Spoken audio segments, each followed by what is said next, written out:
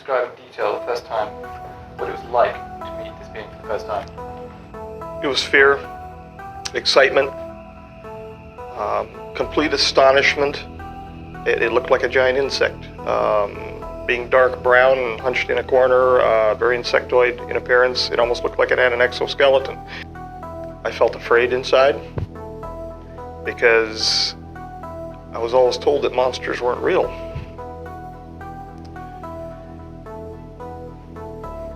And now I find out they are, but they live in the heart of men.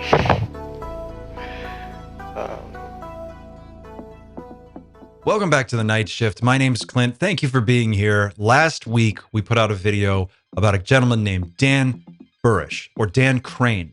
That video quickly became my top performing video on this channel, and it just blasted past all of the other videos that I've been uploading recently, and I was really, really surprised to see that reaction. Turns out, that video struck a nerve, and it's pretty clear why. Dan's story is astonishing. It's captivating. It's filled with detail and nuance. It's filled with an emotional honesty that you very rarely see when someone is telling their story these days. And Dan is clearly a person who has experienced some of the things that he's talking about. I'm convinced that what he's saying, he believes happened to him. I'm convinced that something happened. There's a there. If you haven't seen that video, please, please, please stop what you're doing, go back and watch it, and it will give you the context for what we're going to look at today. Today, we're going to look at a presentation that Michael Schratt did in 2011 at the International UFO Congress, which was recorded by openminds.tv, and it's out there on the internet. If you want to watch that presentation without my commentary, there's a link to that in the show notes. You can go watch the original video. But I think it's exciting to watch these things together and go through it and just kind of riff on what's happening. And Michael Schratt's presentation is about Dan Burish, or Dan Crane's story. It's basically a full PowerPoint presentation filled with CAD drawings and illustrations of the things that Dan talks about in the other video. So when you watch that video, if you were just blown away and it blew up your brain with dynamite, and you were just trying to imagine what some of this stuff looked like, well, have I got a treat for you? Michael Schratt answers that question with some extremely detailed CAD drawings, illustrations. It's a little low res, so it's tough to make out all the details, especially on some of the more smaller, more detailed drawings, but it's well worth a watch. I hope you enjoy it. Please don't forget to like and share this video. And hey, if you're not already a subscriber, do me a favor, hit that button and join Team Night Shift. It doesn't cost anything. It only takes a second, and it really helps this channel. Thank you in advance. Now enjoy the video. Good morning, everyone. First of all, I want to thank Open Minds for giving me the opportunity to join all of you today. And what I'd like to do for you this morning is give you a brief overview of Project Aquarius and give you some specific details regarding the interaction that Dr. Dan Burish had with an extraterrestrial called J-Rod. And we've got some very quick announcements before we begin here. Number one, the information, drawings, and illustrations highlighted in this presentation originated from directly the testimony and direction of Dr. Dan Burish. So in other words, I didn't make this up. This comes directly from Dr. Dan Burish. He will be available after this presentation to address all your questions. And number two, as a disclaimer, the drawings and computer-generated forensic composite illustrations shown in this presentation do not conform 100% to Dr. Dan and Marcy's testimony or descriptions and should be considered strictly as a visual aid specifically designed to give the general public an overall idea of what the S4 facility looked like. So in other words, I didn't get this 100% correct. There are some minor errors here and there in the renderings, but it's definitely sufficient to give all of us here today a good understanding and visual aid regarding what the S4 facility looked like. As you're going to see in just a moment, Michael Schratt is an astonishingly detailed individual, and he's got he is so organized. I don't know how many of you remember when Bob Lazar talked about the hand scanning thing at S4, where you would go in and put your hand on a like that thing from Spaceballs, and it would scan your hand. And then you could get in, and the way that it worked was by measuring the bones in your hand. And through that method, they were able to determine if you were the same person coming in every day, because everybody's got unique bones in their hand. But people lost their minds when that description came out. And then later, years later, it was discovered that that actually was a real device that had been developed by, I forget what company. And his ID badge, and he just, like the little tiny details that would blow people's minds. Wait till you get a load of what Michael's gathered together on Dan Burisch's story. It is going to rock your world. Check this out. Now, this is the breakdown of what we'll be talking about today. I'll give you a background of Dr. Dan Burisch. We'll be discussing level 4-1. We'll be talking about walking the line. We'll describe what that actually means, what it pertains to.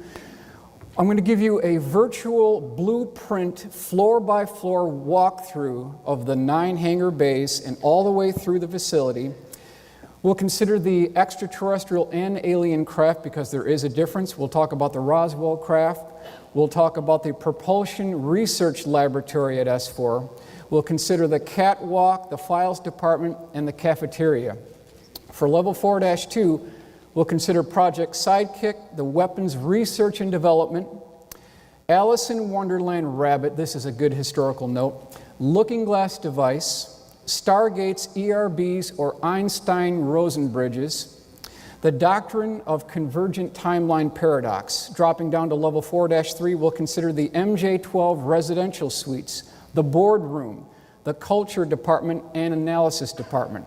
4-4, we'll look at the weighing pads, the biocontainment labs, badge board, and decontamination procedure. And finally, on level 4-5, which is the lower floor of the facility, we'll consider the clean sphere, the scissor lift, the lighting, the iris aperture, the kick plates, airlock, and the test, which is the totally encapsulated suit.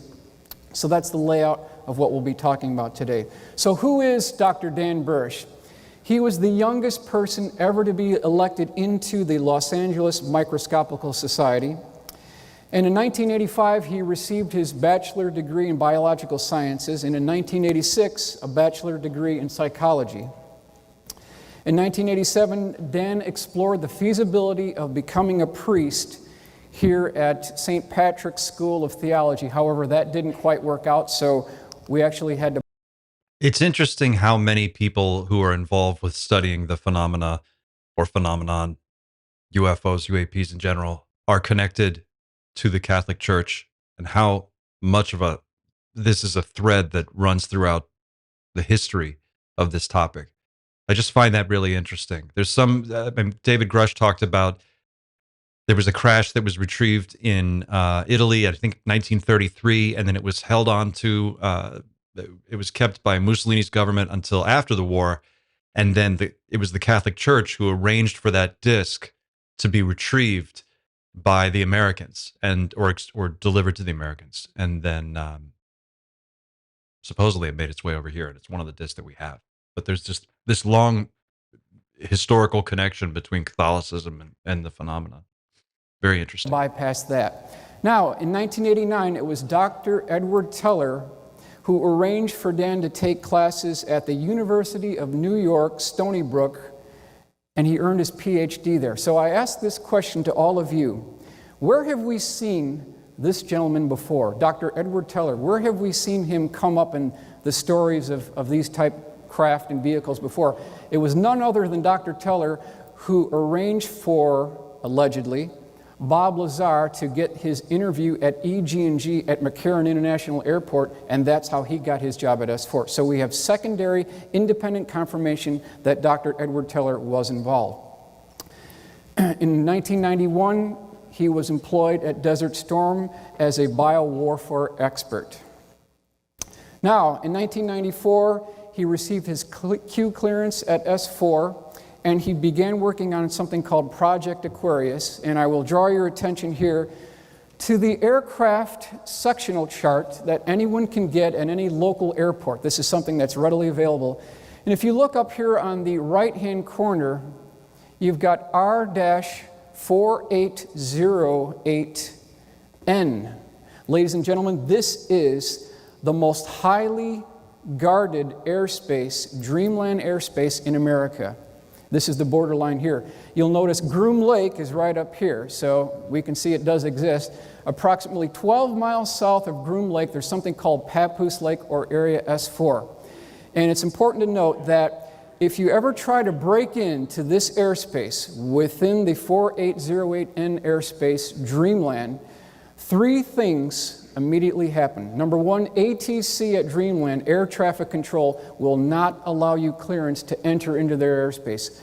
Number two, they will immediately, if you do not egress the area, they will immediately scramble an F-16 who will perform a particular maneuver where they'll fly perpendicular to your flight path at about 100 feet away from your aircraft, and then when you fly into his jet wash, it will either depart from controlled flight or you might end up wrecking one of your wings or tearing one of your wings off. So that's the second thing. And the third and final thing is you'll receive a final warning to exit the area, and if nothing happens, they will lock on with a Sidewinder missile and they will neutralize the target. So the bottom line is don't try to break into Dreamland airspace. Okay, so at S4, again, he received his clearance, and he worked under the direction of the Naval Research Laboratory and the Defense Intelligence Agency. So these are the two outfits that are running the program at Area S4. The EG&G terminal, 737-200, how do you get to Area S4? Well, it's the EG&G terminal, which is the gateway to Area 51 and S4. As you're flying on this airliner here, just before the hairpin turn into the landing approach on Groom Lake runway, which is a 27,000-foot runway, it's the largest runway in the world, there's an ATC clearance called Pyramid. That is the clearance to land at Groom Lake. And what's interesting, a historical point from Dan Burisch indicated that on the trip on the 737-200 to Groom Lake, they played Neil Diamond's song Coming to America over and over and over again. So the question is, what is the encrypted symbolic message that they're playing on the airplane as you're going there? Well, under its original interpretation, that song talks about immigrants coming to America to make a better life for themselves. That makes a lot of sense. But under the direction of what happens at S4, it actually is talking about extraterrestrials coming to America and specifically coming to S4. That was confirmed by Dan Burisch as the correct interpretation. Now, isn't that kind of a narrow interpretation, though? Aren't they just coming to Earth?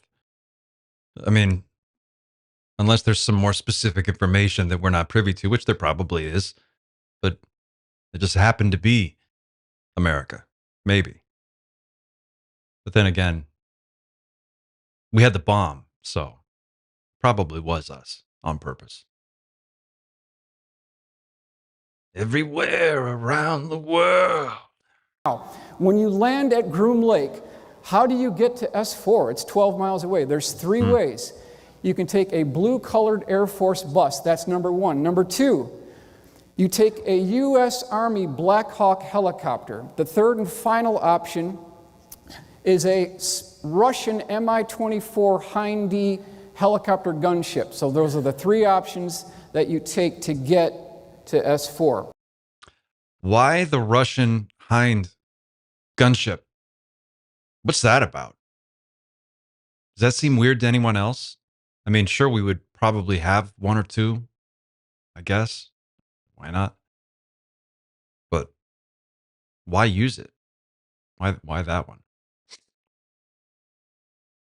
Is that the one that was in Rambo First Blood Part 2? Was it a Hind? No, it was Part 3. It's the one in Afghanistan. John Rambo! Now we're flying, we've just landed, we're at the helicopter landing pad. We're now going to enter the facility for a virtual walkthrough. And you'll notice that there are some very interesting lines here on the tarmac. We have two parallel red lines, okay? And then there are two parallel blue lines. This is called walking the line. And you are told, according to Dan Burisch, and this is a very oppressive society, it's not a user-friendly area. It's not something that is a nice place to be at because there's black guards with guns and it's an oppressive society. You are told to follow the blue line. Does it matter that they're black? I don't think it matters. They might as well just be anybody. They're just guards. And do Let's not not bring race into it. breach the boundaries of the red lines, because if you do, ladies and gentlemen, they will shoot you. That's the level of security that we're talking about here. Now, Bob Lazar talked about that. That was one of the very things he was very specific about, was the vibe at S4 was not, it's not a cool vibe. It was very intense. And I can't imagine the stress that these people must be under. For one, just carrying the knowledge of whatever it is that they're working on and knowing how big of a deal that is, that's got to be a tremendous weight on your conscience. But also knowing that any wrong move and you could get killed at your job by your employer for a security breach. Wait till he gets a little deeper into this. The security is crazy. we're entering the facility, and you'll see this swinging door to enter the facility. It turns out that that is actually incorrect, so we've made the correction. The actual door to get into the S4 facility is none other than a double sliding glass door with an indented receptacle, which is circular. You turn that to the right, that's how you get into the facility. Very similar to what you would see on your patio door. Now, we've got the layout. We start at the top. It's 4-1. That's really strange. What an odd detail. Can you imagine? You get hired and you're like, they're like, okay, next Monday. That's day 1. Come correct. Get a good night's sleep. Take your meds. Be at the airport on time. You're going to work at S4. You get there. They're playing Neil Diamond. You're on this plane looking around. You're like, that's weird. Neil Diamond. Okay. All right. And then they play it again and they play it again. It's on loop. Then you get there and there's machine guns. There's guards. There's a line on the thing and you walk all the way up and then you get to the front and it's just like a sliding glass door. That'd be kind of a letdown, wouldn't it? Maybe it might be kind of nice. Maybe that's where the lounge is. Second floor is 4-2. We've got 4-3, 4-4, and 4-5. We flip to the AutoCAD rendering to give you an idea of what that facility looks like. Keep in mind that anything below 4-1 is all underground. Now, area S4, 4-1. This is the blueprint that I was able to put together under the direction of Dr. Dan Burisch. And if the first thing that happens when you walk in this facility, you enter that door, what you see is this long hallway here, very long hallway. It has the same type line configuration or stripes on the floor. To the left, you'll see a red line. You cannot go to the left. On the right, there's a blue line. You can get access to that. So we're walking up here. The first room to the left, ladies and gentlemen, is actually the avionics lab. Just beyond that is the propulsion systems lab. Over here we have a files department, and we have something called the briefing room. This is a very important room, the briefing room. Why? Because there's something called King Tut's or training update tapes, and they have something called blue 3-ring DTIC binders, which is Defense Technical and Information Center binders. So I just submit, we've all heard this thing about Carlson that extraordinary claims require extraordinary evidence. Well, here's where the evidence is. In this facility, they not only have the hardware, but they've got the tissue samples, they've got the motion picture film reels, they've got the high visual digital audio tapes. It's all here. This is what we're looking for. So the DTIC thing, that's an interesting detail because I kind of stumbled on that in the original Dan Burish video. I was just kind of searching around on DuckDuckGo and pulled it up, and they actually have a really cryptic, interesting website that's very much locked down in terms of language. But DTIC,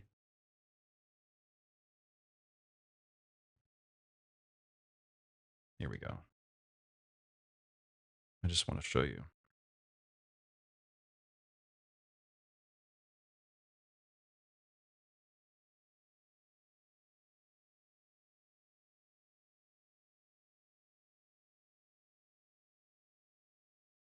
There it is. Okay, so if you want to take a look at the DTIC website, it's discover.dtic.mil, and you can go here and see the kind of work that they do.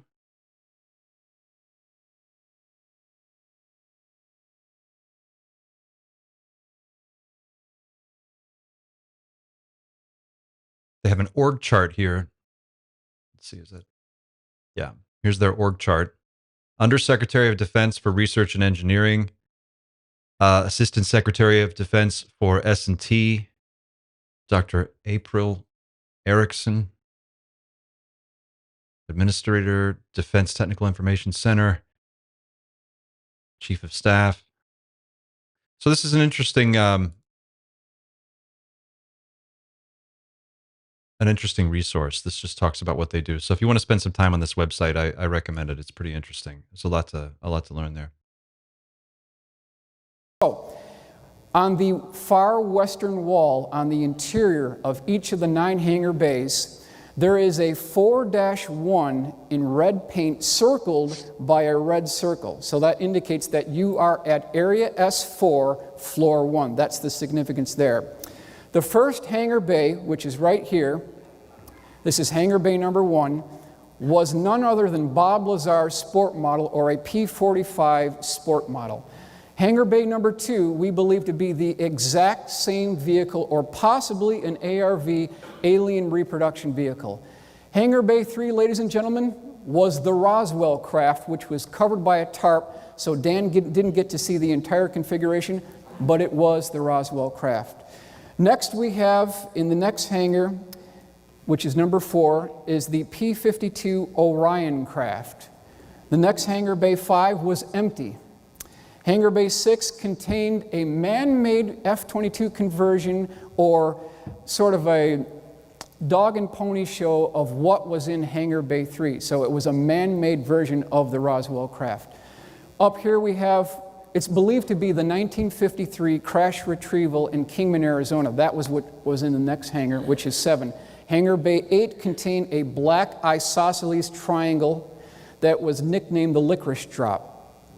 Hangar bay 9, ladies and gentlemen, was empty. So that's the layout here. Up on the left-hand corner, I've got a very crude gymnasium lighting. That's the important thing to remember. When you're in this facility, it's not impeccable lighting on the first floor, so that's why we have that.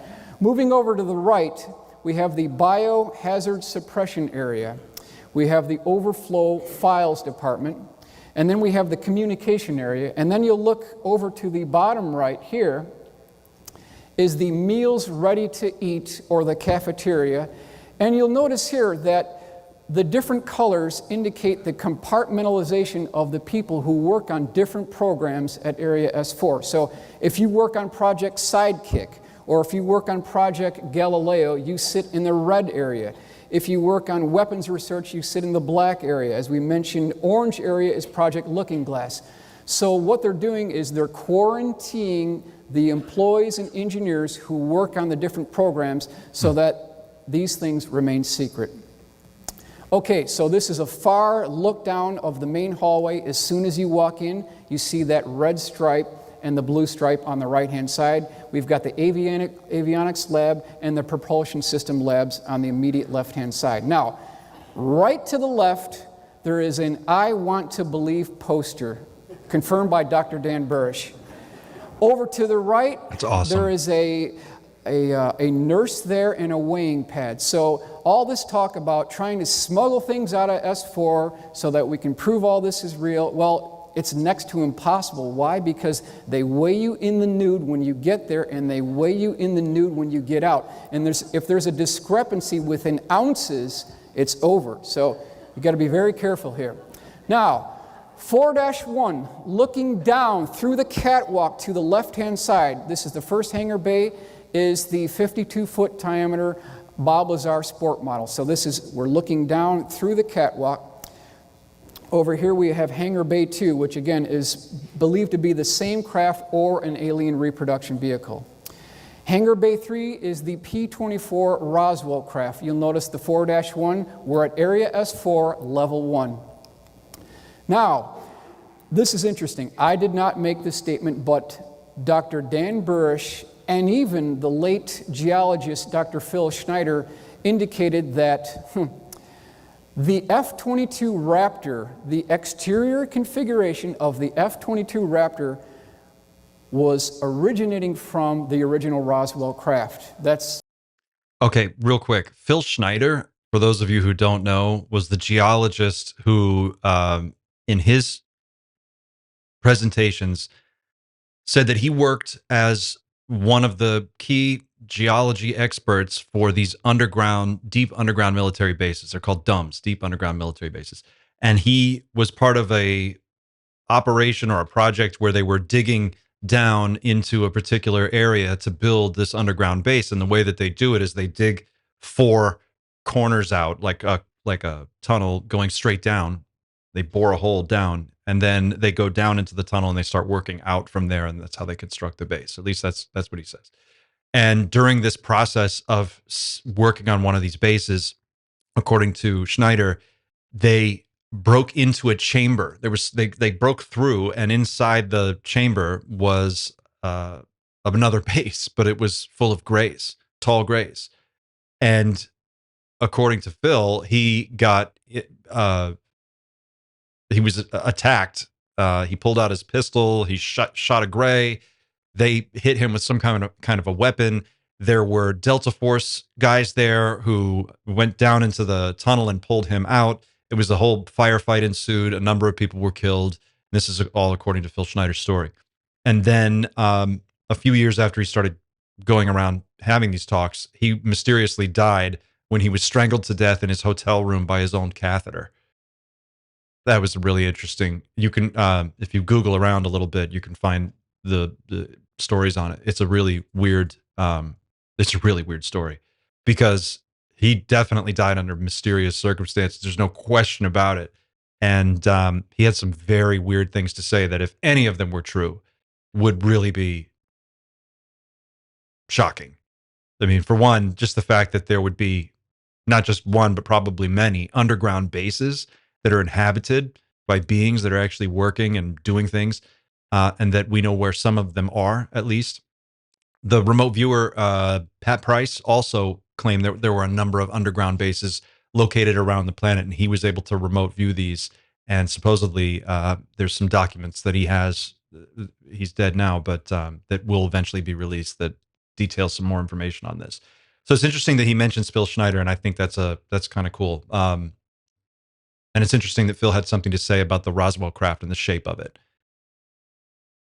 a very bombshell statement to make, but if you take away the vertical stabilizers on the F-22 Raptor and then you remove the air intakes and then you do something what Dan Burisch told me, is if you drew a spline curve and connected all of the major points or intersecting areas on the Raptor, what you'd end up with, ladies and gentlemen, is the Roswell craft. So this comes directly from Dan Burisch. Is there any way to prove this? Well, take a look at the historical legacy on the origin point of stealth technology, and we'll start up here. There is a defining feature that goes through all these configurations. You've got the FB-22 up here. We've got a Russian stealth configuration here. Down here to the left, we've got a Northrop configuration. Just to the right of that, we've got the Testers Model Corporation, Rockford, Illinois, the F-19 configuration by Lockheed, and then we've got the configuration from the movie Stealth, which was released in 2005. All these configurations contain the same design model. In fact, they contain the same wing root to fuselage joint, which is completely integrated and smooth contoured, identical to the B-2 stealth bomber, to reduce the radar cross signature. That is the defining design feature on these stealth technologies, the same thing you'll see in the Roswell craft. That's an interesting point. And it makes sense too, right? Like when we captured or recovered these discs in the early days, they probably didn't have the means to really do much. So they had to kind of work with the tools they had, which were probably pretty primitive. Say that 3 times fast. So what would you do, right? Like you do what you can. You'd take the disc, you'd hit it with radar, and you'd look at the cross signature. You'd see what comes back. You'd probably figure out really early that it has almost no cross signature. Maybe that's clues you into some basic things that you can start doing with your own aircraft research and start moving in that direction. Then you'd probably figure out things like metallurgy, materials, You know, really like basic things before you get to how does the reactor work, or how does the avionics system work, or what does that even look like?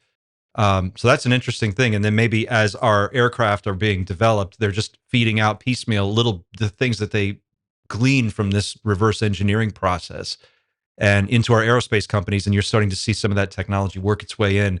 And even though the planes that we're seeing now were designed years and years ago, the stuff that's on the drawing board today is probably 25 years ahead of if not more than whatever we can imagine right now. Very interesting. Hangar Bay 4 was a P-52 Orion craft. This is the original configuration. This is the cleaned up configuration on the bottom side by Dr. Dan Burisch. By the way, that kind of sounds like one that David Grush described, that they found that looked like a bell, he said, or it looked like a where the outer shell of the craft had broken away, and then what was left inside was kind of like this bell thing. Kind of looks similar to that. Can you imagine you make it through into the building, you go through that sliding glass door, go through the lanai, past the kitchen, past the bathroom, down that long hallway, there's an X-Files poster. See that? That's interesting. They weigh you. Then you go into this hallway, and right there it is. There's a room. There's a UFO right there. Can you imagine the first time what that must feel like? That's got to be crazy. And then to walk, a couple more meters, and there's another one. A couple more meters, and there's another one. And they're all different. Oh, my God. Hangar Bays 5 and Bays 9 were empty. And you'll notice, too, that there are these interesting tracks here, and these were used to pull the craft out of the hangar bays so that they could be test flown on the tarmac immediately from the entrance of the facility. Hangar Bay 6 was the man-made reproduction of the P-24 Roswell craft that was in Hangar Bay 6. Hangar Bay 7, again, that Dan believed, but could be completely confirmed, that this was the 1953 Kingman UFO crash retrieval vehicle, was covered by a tarp. The replica craft that we built, I wonder if that was built to test out some of these ideas about stealth, the shape of the craft, the type of skin on the craft, the way those pieces are joined together. Maybe that was an early beta test of some of these concepts. And so they had to, because it was applied to that craft, they had to keep it just as locked up and secret as the actual craft. This next one is interesting because this reminds me of the Rendlesham craft. If anyone remembers that story, where the craft appeared in the forest near the Air Force Base, where there were some nuclear weapons that were being stored, and one of the security detail actually approached the craft, puts his hand on the craft. There was another guy, I can't remember his name, but Stephen Greer had a press conference a year or two ago that another gentleman talked about seeing a black triangular craft that approached him on the highway, and he touched it. He gets out and he says he touched it. This will be another video that we'll do. I'll go back and find this one because his story's crazy. And he said when he ran his hand across the craft, it felt like shark skin. It's one way it was really smooth, and then when you pulled it back, it was like shark skin. And he said when he pulled it back, it was like pixels were jumping off of it, almost like some kind of nano-engineered material that was displaying some kind of image on the surface of the craft to make it seem invisible, or I don't know. But it was a crazy story. But the one, the Rendlesham story, the triangular craft that they encounter, he touches this craft, and then he receives a download into his brain of binary code.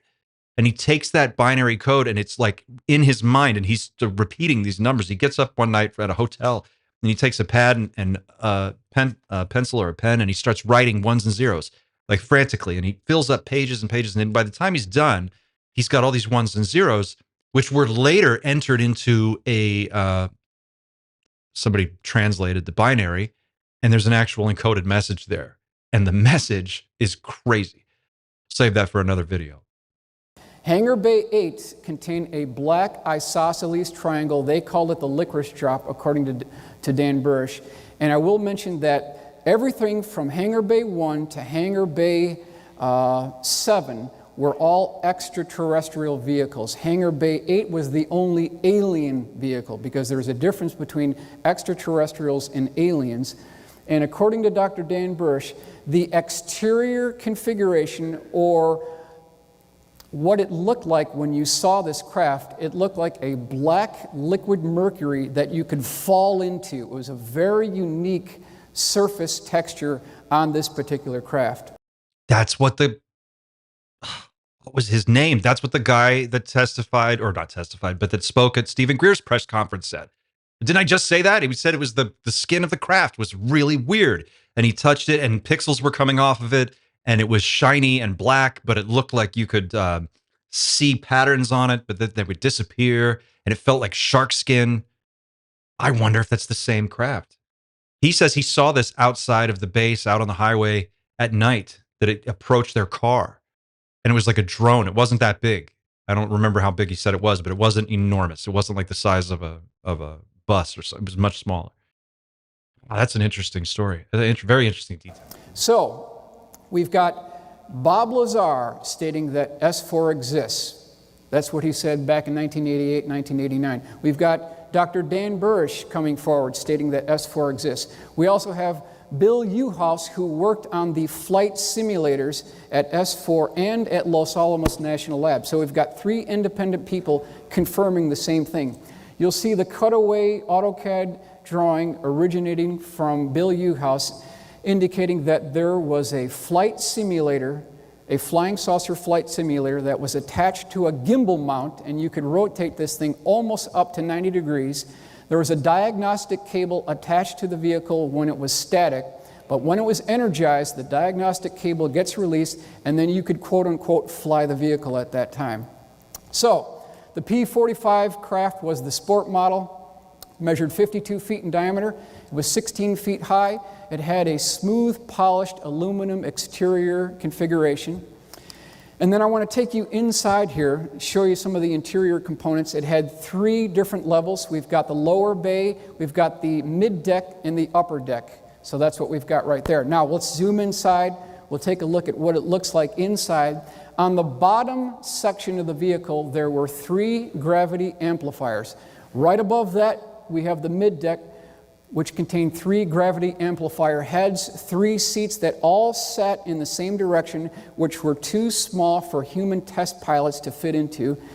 Then we've got a gravity amplifier system here. We've got a antimatter reactor and a waveguide that goes all the way up through the mid-deck and what we believe to be the avionics or navigation department right here, and these are not windows. So that's the layout of the sport model according to Mr. Bob Lazar. Now, spend 15 seconds on the propulsion system of this vehicle.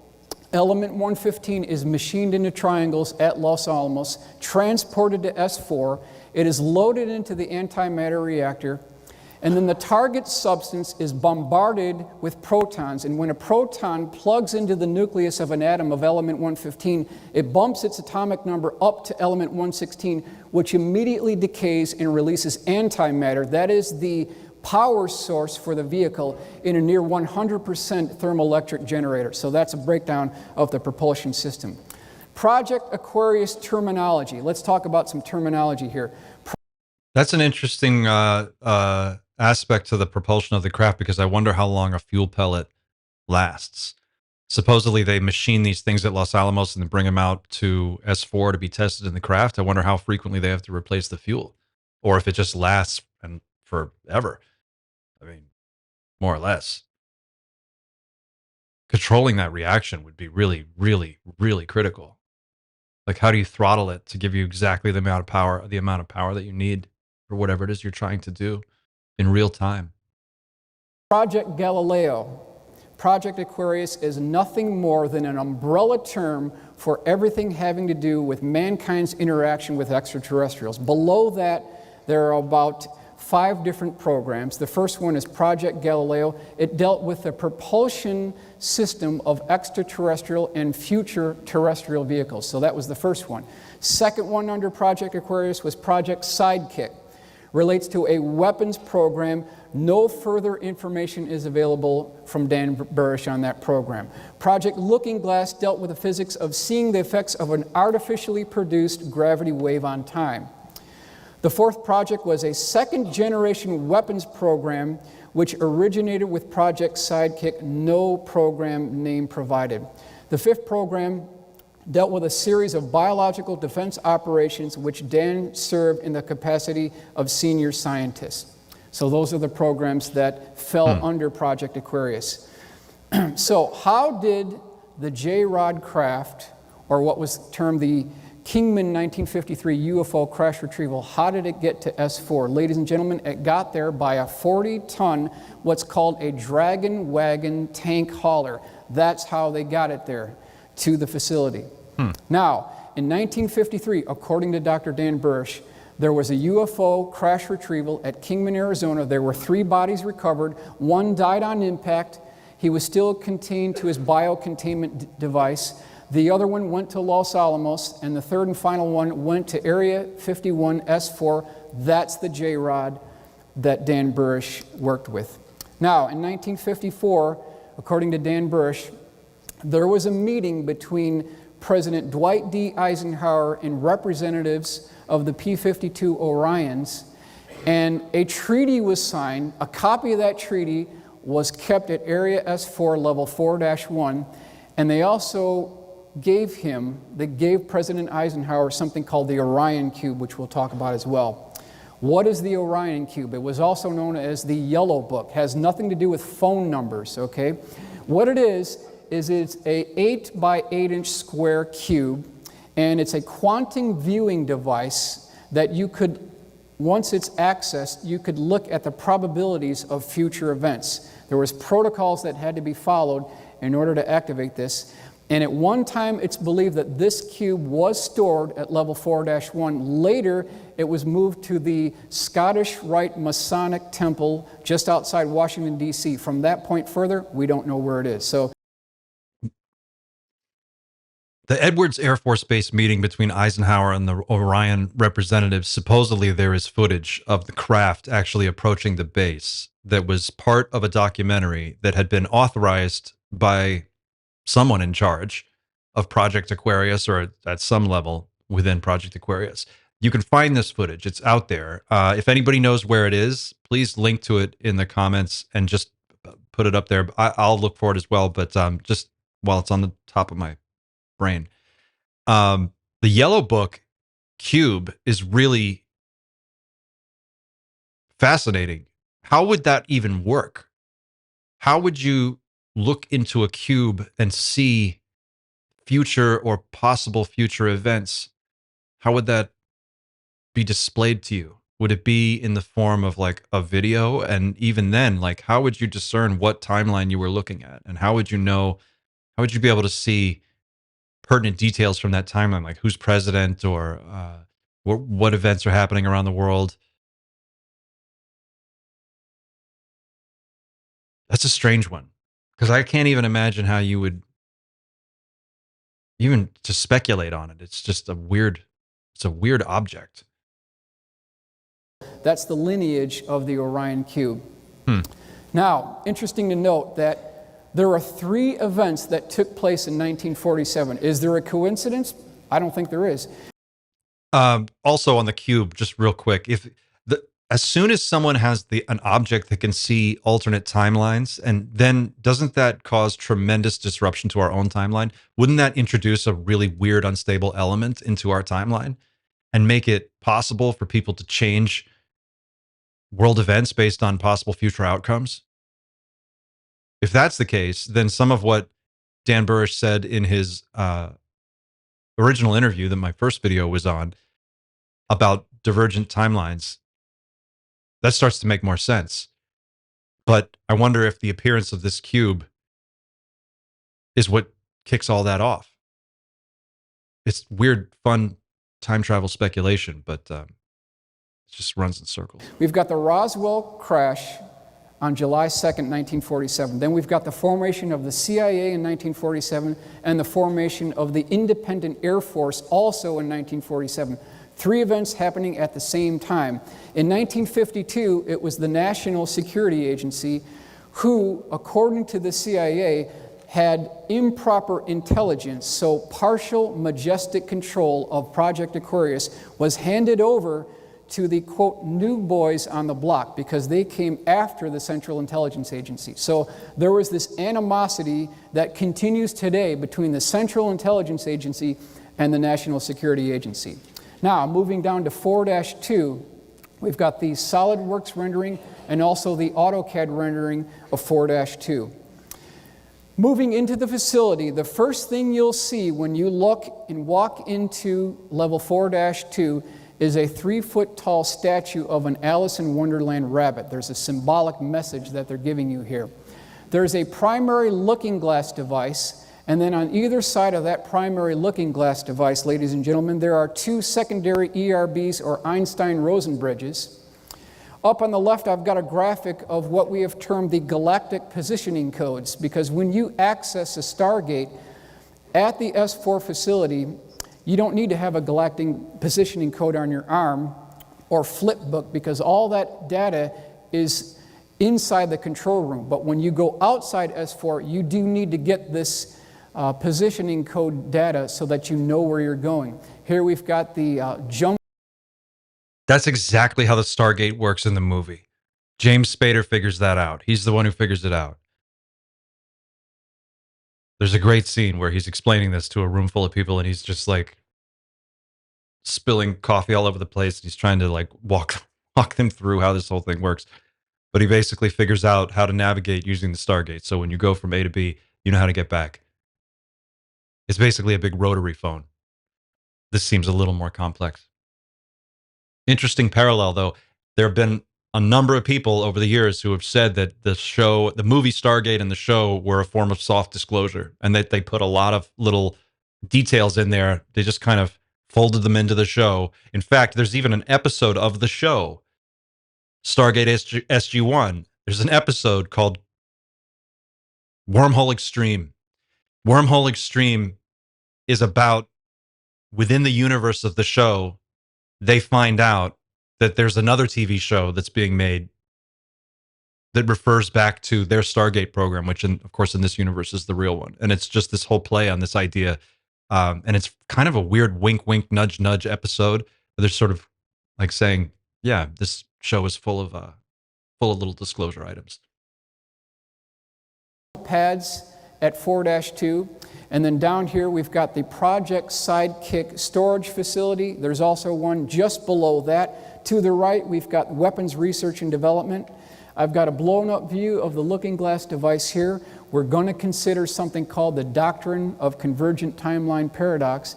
And then we're also going to consider, how did the U.S. government get the technology to access naturally occurring stargates throughout the world? It has to do with the Sumerian cylinder seals that were recovered in Baghdad years ago.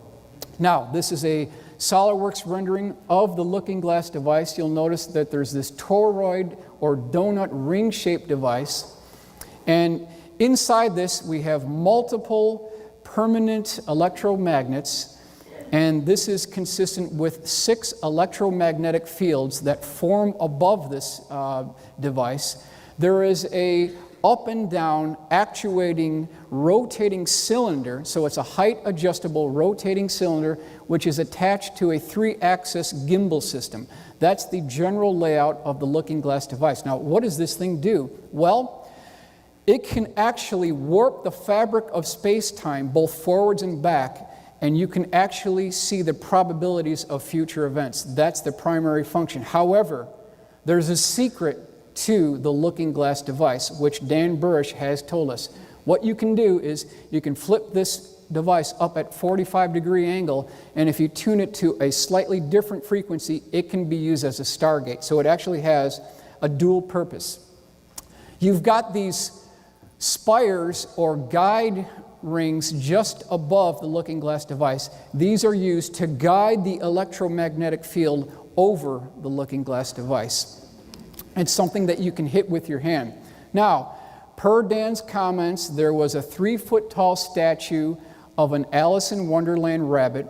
He had a maroon vest, he had golden fringes, and he had black buttons. He was holding a clock, and this is symbolic that you're going down the rabbit hole into a world that's beyond belief, and that's exactly what happens in the Looking Glass area. So it was The UFO Rabbit Hole with Kelly Chase, arguably the best podcast on UFOs and UAPs out there. You should all go listen to it and subscribe because Kelly's awesome. a symbolic encrypted message. Now, when we talk about time travel and we talk about the doctrine of convergent timeline paradox, in my assessment, there is no better illustration of this concept than the movie Back to the Future 2. And they talk about this in that movie. I just watched Back to the just Future to 2 illustrate this, for example, on the bottom here, we've got something called the flow of time, representative of the bottom arrow or timeline 1. That's the timeline we're on. So we're moving down this timeline and everything is fine, everything is great, and then somebody decides to flip on one of these looking glass devices, and this is called the looking glass point of observation. That's right here. Now, we have someone that is looking into the future of probable events. At that point, at that exact point in time, we are no longer, ladies and gentlemen, on timeline 1, but we are now on timeline 2, and we have theoretically we have affected our future timeline 1. So that's how this works. Now, in this movie, a DeLorean is used to go from the year 1985 to the year 2015, and a character by the name of Biff Tannen, he eventually comes into possession of something called the Gray's Sports Almanac, 1950 to 2005. He picks this up from an 80s memorabilia store. He goes back to the year 1985, and it's a cakewalk. He knows all the results, all the sports scores, to the horse racing, to NFL, to hockey. He turns out to be a billionaire.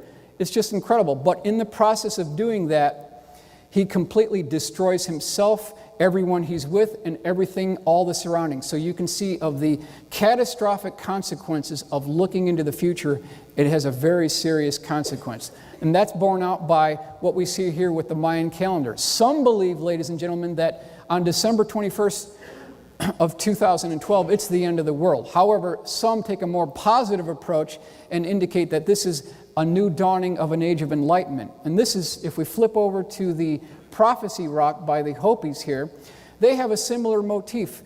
They talk about the evolution of mankind's consciousness on this bottom straight line, and then something happens. An event takes place where we go off into chaos, and that's what you see with this squiggly line. So again, it's very destructive in some cases to try to predict future events. It can have catastrophic consequences. Here you see the rendering, 3D Max Studio rendering of the looking glass device. We've got the transport pads in this location. Everything that took place in this facility was recorded on digital videotape. So they have the evidence, there's no question about it. You can see the electromagnetic fields forming above the looking glass device. There was a stand clear yellow and black stripe that followed the circumference of the looking glass device. This looks like something Now from again, Half-Life. this is Dan Burisch's rendering. We talked about the looking glass configuration. It's the general configuration on the upper left-hand corner. And then on the upper right-hand corner, we've rotated the device 45 degrees from the horizontal, and now it's in the, quote, Stargate configuration. So that's what we see there. The flip book, this was something that engineers wore on their arms, and it was kind of a GPS code book, because you have to know where you are and where you're going when you operate or access one of these Stargates.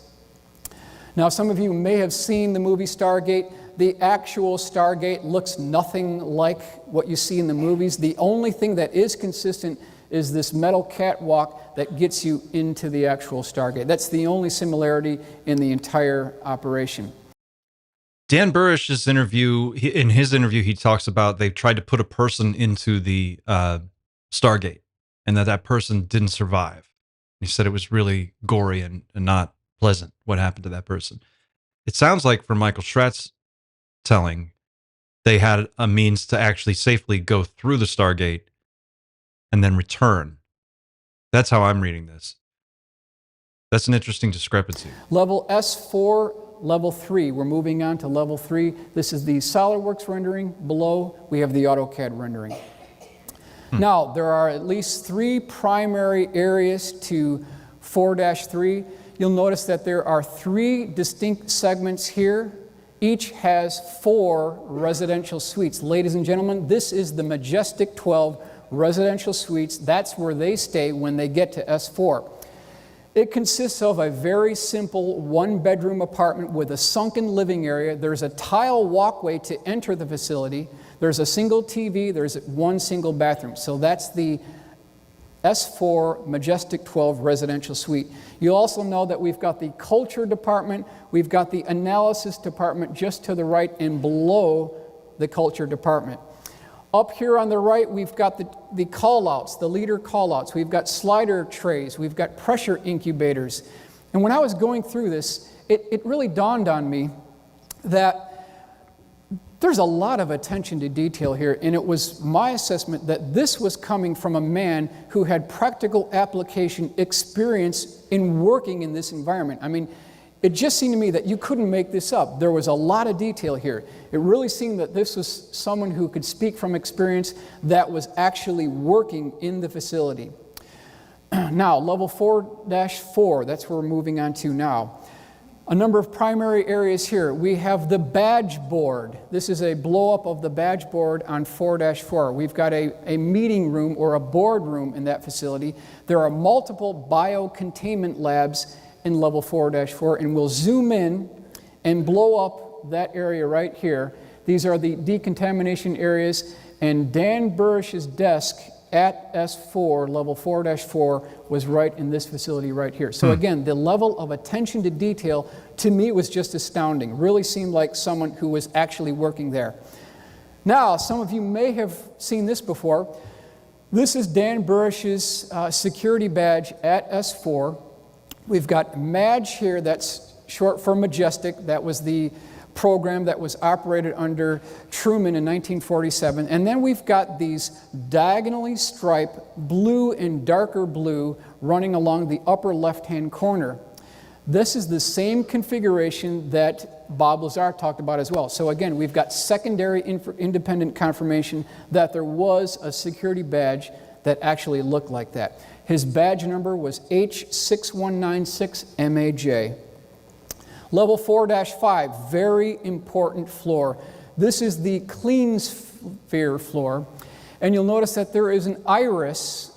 This iris can move out for the clean sphere floor. You've got these orange cables going across the clean sphere, and they are to suspend the, quote, beehive lights. There was a boardroom on the right side, 1 boardroom on the left side, and then we've got the actuation of the actual clean sphere floor. So what does this thing actually look like? Before you get into the clean sphere, there's multiple protocols that have to be followed. This is the entire layout of the protocols. The 4-5 gantry vehicle and overview of clean sphere entry protocol. So you've got the totally encapsulated suit that you have to contend with. You have to have a positive pressure environment in that suit. And the umbilical cords that take place at this stage are integrated into the clean sphere. Now, detail views. We've got the PINS device. What did Dan Burisch do when he got there? He worked with this PINS device, which is the pressure-induced needle system. He carried a briefcase with him when he got into the airlock, which gained access to the clean sphere. Down here I've got the representation of the 40-ton Dragon Wagon tank hauler. Shows you how they got the craft to the facility. And this is a rendering of the airlock here. This is a layout of what the 4-5 facility looks like. So picture in your mind's eye a large square building, somewhat similar to what we have here. And on all 4 corners, you'll have this fillet radius. So the corners aren't sharp, but they're blended really nicely. And then on the lower floor, you've got something called a scissor lift. It's the same type of scissor lift you see in manufacturing, in construction sites. And just above that, of course, we've got a hydraulically actuated scissor lift. There's a floor with a large circular cutout with something called the clean sphere. And the clean sphere, ladies and gentlemen, is not a complete sphere. It's like an orange cut in half, so it's strictly a half of a sphere. That's what we'll be considering here. Here you see the SolidWorks rendering of the clean sphere device, and then the scissor lift, almost identical to what you would see at your local airport with these concession trucks that bring this box up to the 747 cargo bay and then bring in the meals. That's the same type configuration that you would see at the bottom of 4-5. Here's the rendering of what the clean sphere actually looked like. It was 52 feet across. The plexiglass clear bubble was 2 inches thick. Think about the manufacturing that had to take place to get that there. Just an incredible level of engineering. Impeccable lighting was located on 4-5, which is different than level 4-1. There were 7 indented windows, or Majestic 12 observation gallery windows. They measured 2.5 feet wide, 4.5 feet tall. So there were 7 of those so that you could look down inside the clean sphere as you're taking tissue samples from the J-rod. That's what we see here. Now we've got something called the beehive lights. These beehive lights could actually move along trapeze cables. They could be lowered and raised through a telescopic device, and these were actually designed and built by J-rods and the S4 engineers. Just an impeccable level of lighting on 4-5. Why is that needed? Because you don't want any shadows when you're taking tissue samples from an extraterrestrial. Here you can see the edge of the... Wouldn't we have sufficient lighting technology to accommodate that necessity? Would we really need help designing lights? I feel like that one we would have under our... Like, we'd be pretty good at that. 4-5 floor, which is in the yellow and black stripe right here, and then also the edge of the clean sphere bubble right here. That's what we're indicating in this illustration.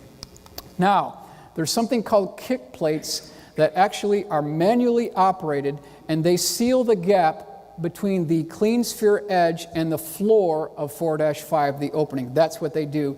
And according to Dan Burisch, these were done by hand manually, and when you slam these down, there's a big bang that takes place. So it's something that he really stressed.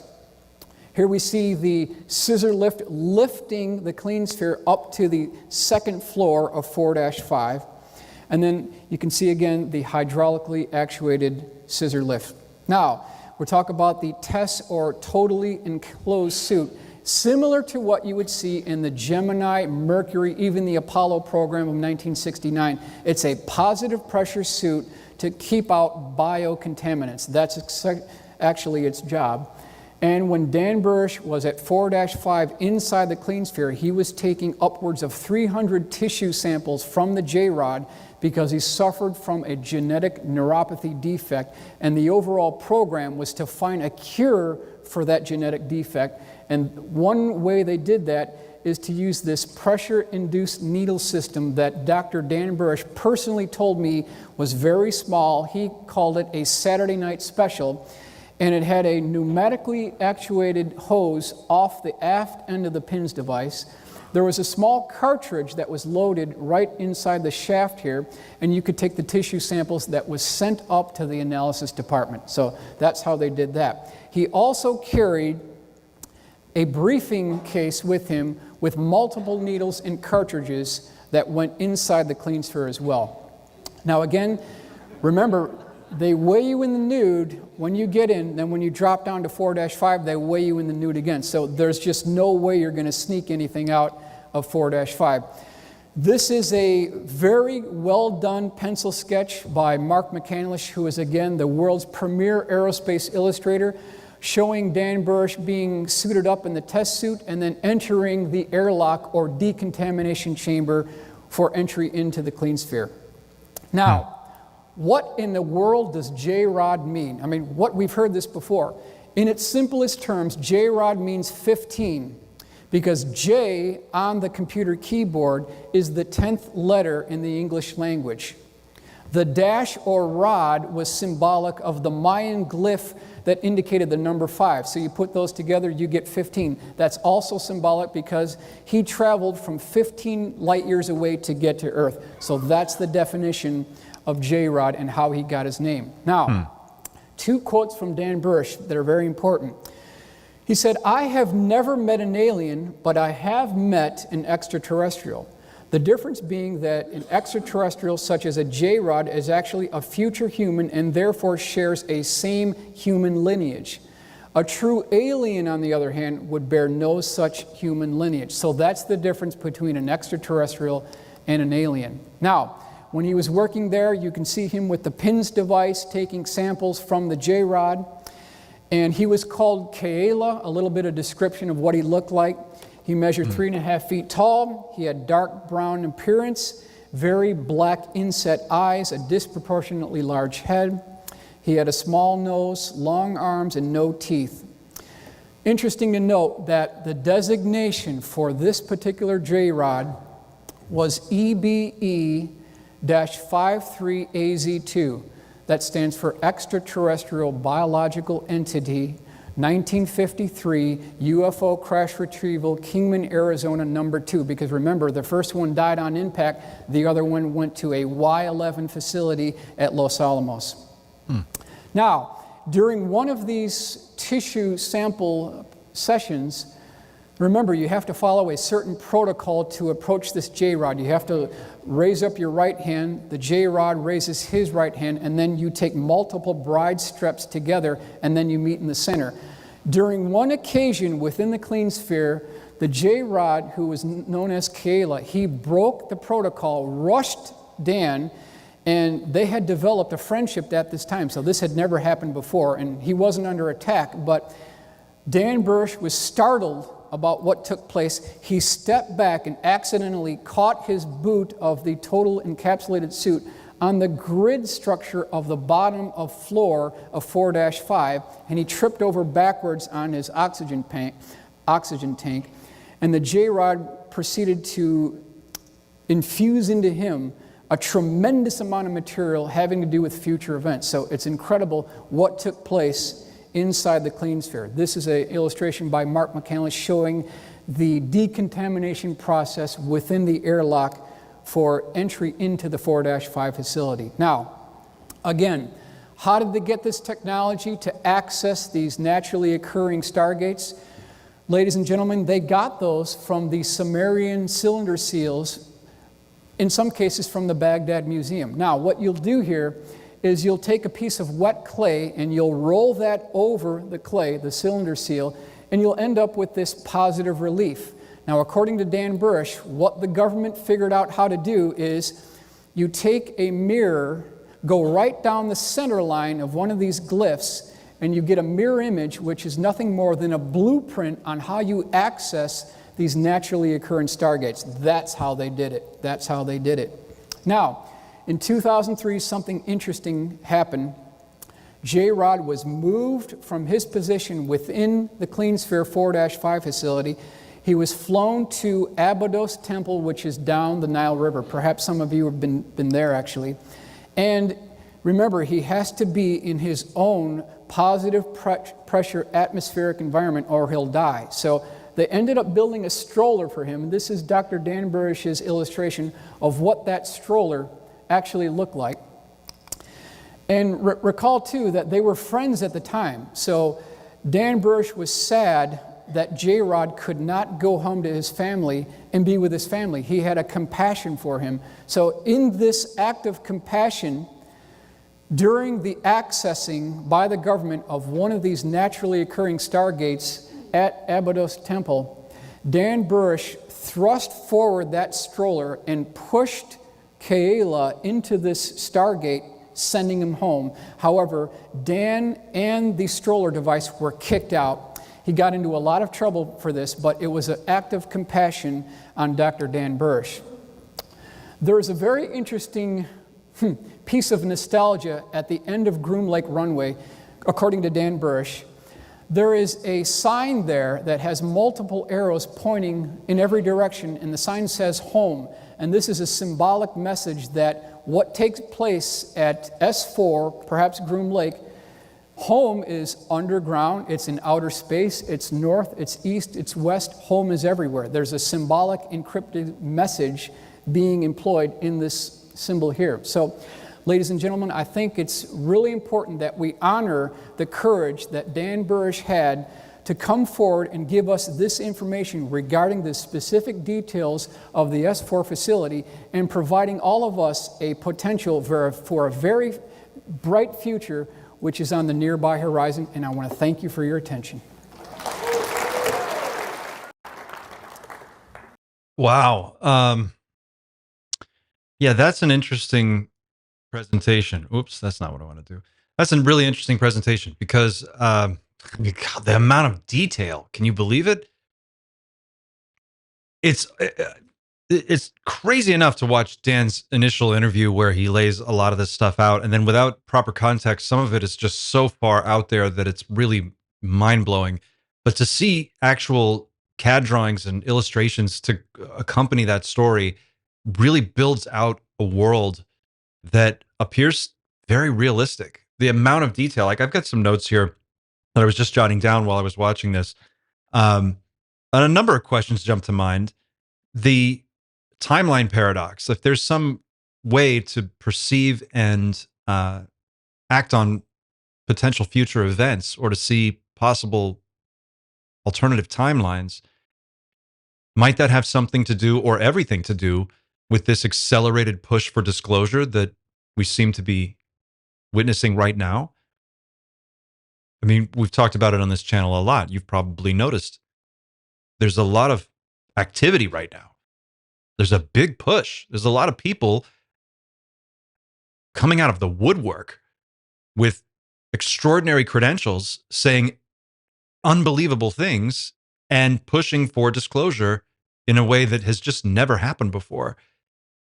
And we've heard whispers that this is tied to some kind of a timetable. There's some kind of an event that is going to possibly take place in the very near future that is going to be impossible to ignore. I wonder if you trace that back, if that has anything to do with the Yellow Book device or these Stargates. I mean, that seems to be what he was saying. The Stargates have something to do with it.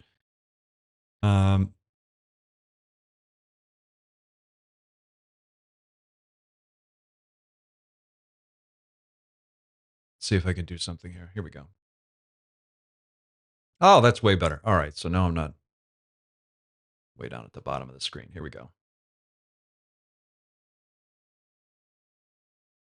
Hey, that's possible. Very interesting connection there. I wonder how much that's related.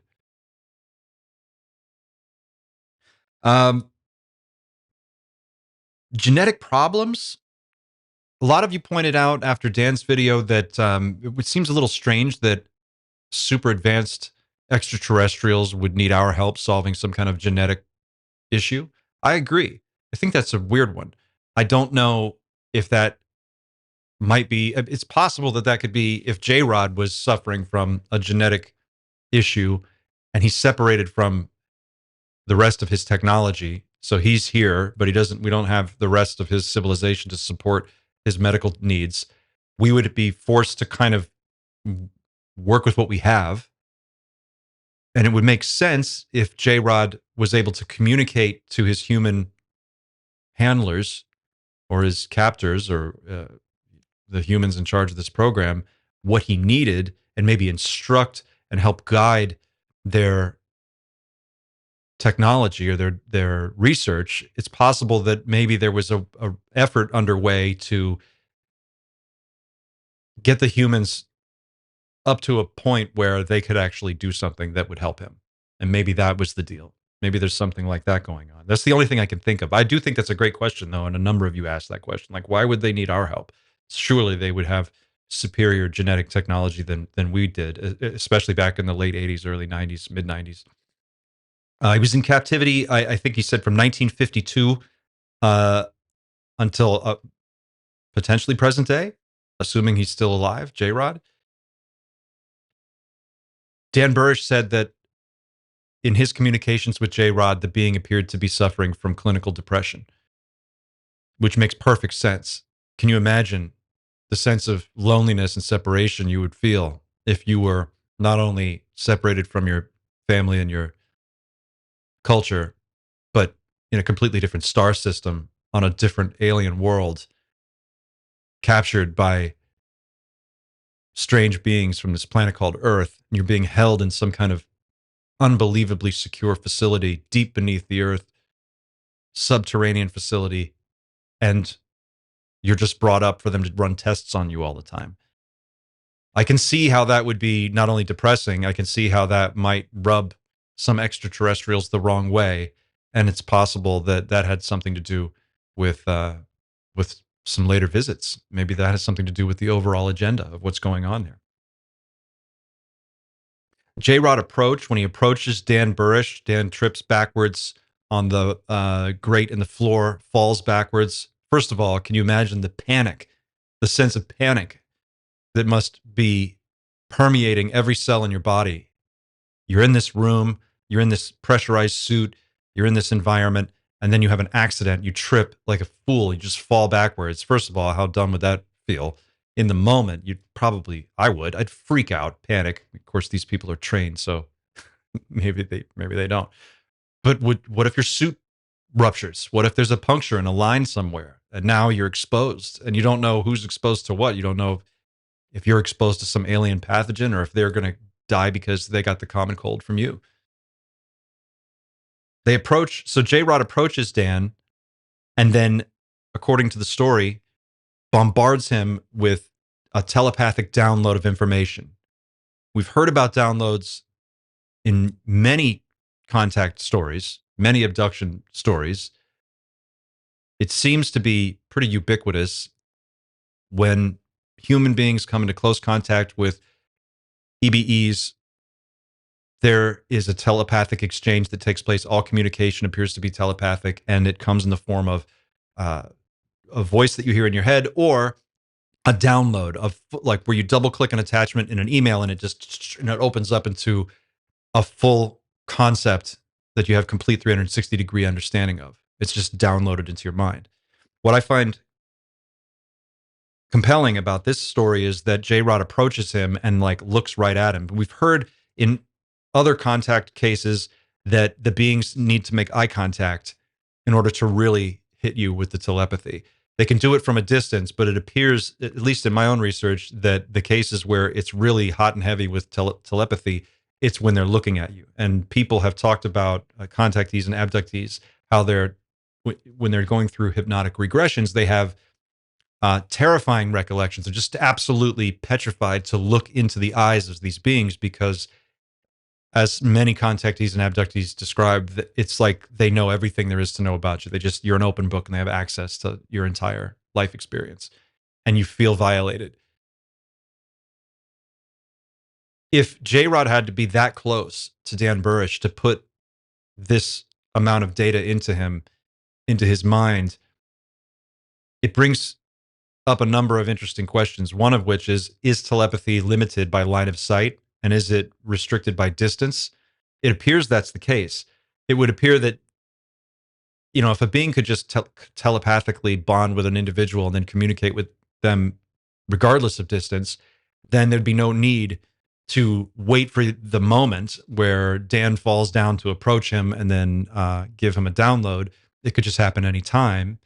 And Dan seems to say something along those lines in his interview, that it was always within about 60 feet that he was able to communicate telepathically with J-Rod. Interesting detail, makes you wonder about what some of the scope and limitations are of telepathy, at least maybe with this particular being. And maybe different beings can do it in different ways. But that was an interesting question that jumped to my mind. Naturally occurring stargates. We've heard about this before too. Linda Moulton Howe had an interview with a gentleman who claimed to have passed through a naturally occurring stargate in Peru at Lake Titicaca. He was able to put his head up against this stone. On the stone wall, there's carved a doorway. Puts his forehead up against the wall, and then by humming a particular frequency or combination of frequencies, he unlocks the stargate. This man describes passing through it, appearing in a white room with no walls, just white in every direction as far as he can see. And then he gets into an exchange with a person he can't see that's talking to him. And they're really pissed off and confused about how he got to where he was. And he says, "I don't know how I got here. I'm lost." And then there's conversation takes place, and then they get him home, and he doesn't have any idea how to ever duplicate this again. It just happens one time. Really bizarre experience. But we've heard about naturally occurring stargates before, and certainly there are a number of reported instances where UAPs and UFOs are seen going into and out of volcanoes, into the side of a mountain, deep beneath the ocean. Of course, we know very little about what's at the very deepest depths of the ocean. There could be stargates down there. Are these beings coming and going via stargates, naturally occurring stargates that they can predict when they'll open, and then they just traverse them and come through? Do they open regularly at regular intervals? Do they open randomly?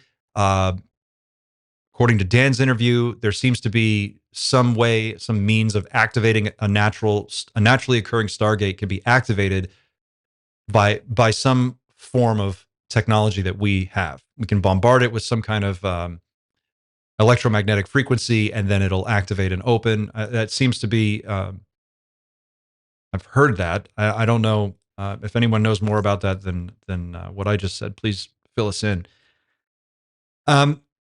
And when he describes Dan Burisch pushing the life support pod into the wormhole, into the Stargate at the end of this presentation, it made me wonder, when J-Rod approaches Dan Burisch in the clean sphere and downloads a bunch of information into him,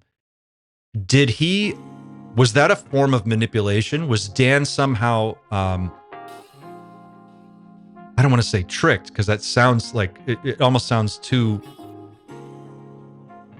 malevolent, but if you had one shot to get home, if you had one way to get home, maybe it was to teach these humans how to build essentially a functioning Stargate, give them what they need to switch it on, and then convince one of your captors to let you go through the Stargate. And then before they can do anything, you're gone.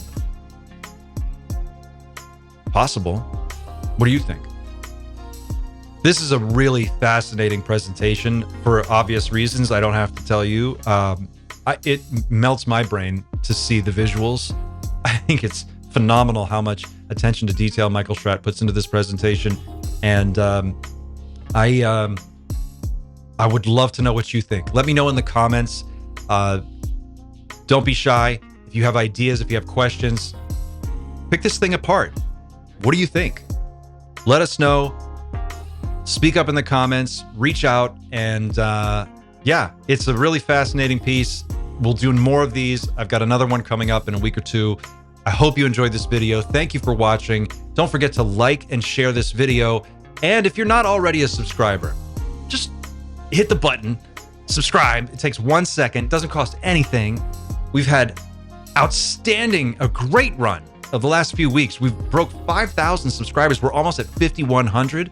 It's been a banner week for Night Shift. I would love to see that momentum carry on. So help me out. Subscribe, join Team Night Shift. This is about you. It's about me. It's about them. It's about us. It's about the community getting together, having these conversations, talking through these things, looking at these videos, and trying to pull it apart and understand what's going on. I don't think any one person has all the pieces of the puzzle, but we each have something to offer. And it's going to take all of us. It's going to take engineers. It's going to take artists. It's going to take musicians. It's going to take regular people. It's going to take all of us putting our heads together, try and figure out what is going on. So don't be a stranger. I can't wait to see what you have to say in the comments. Thanks for watching. I'll see you on the next one. Until then, keep looking up.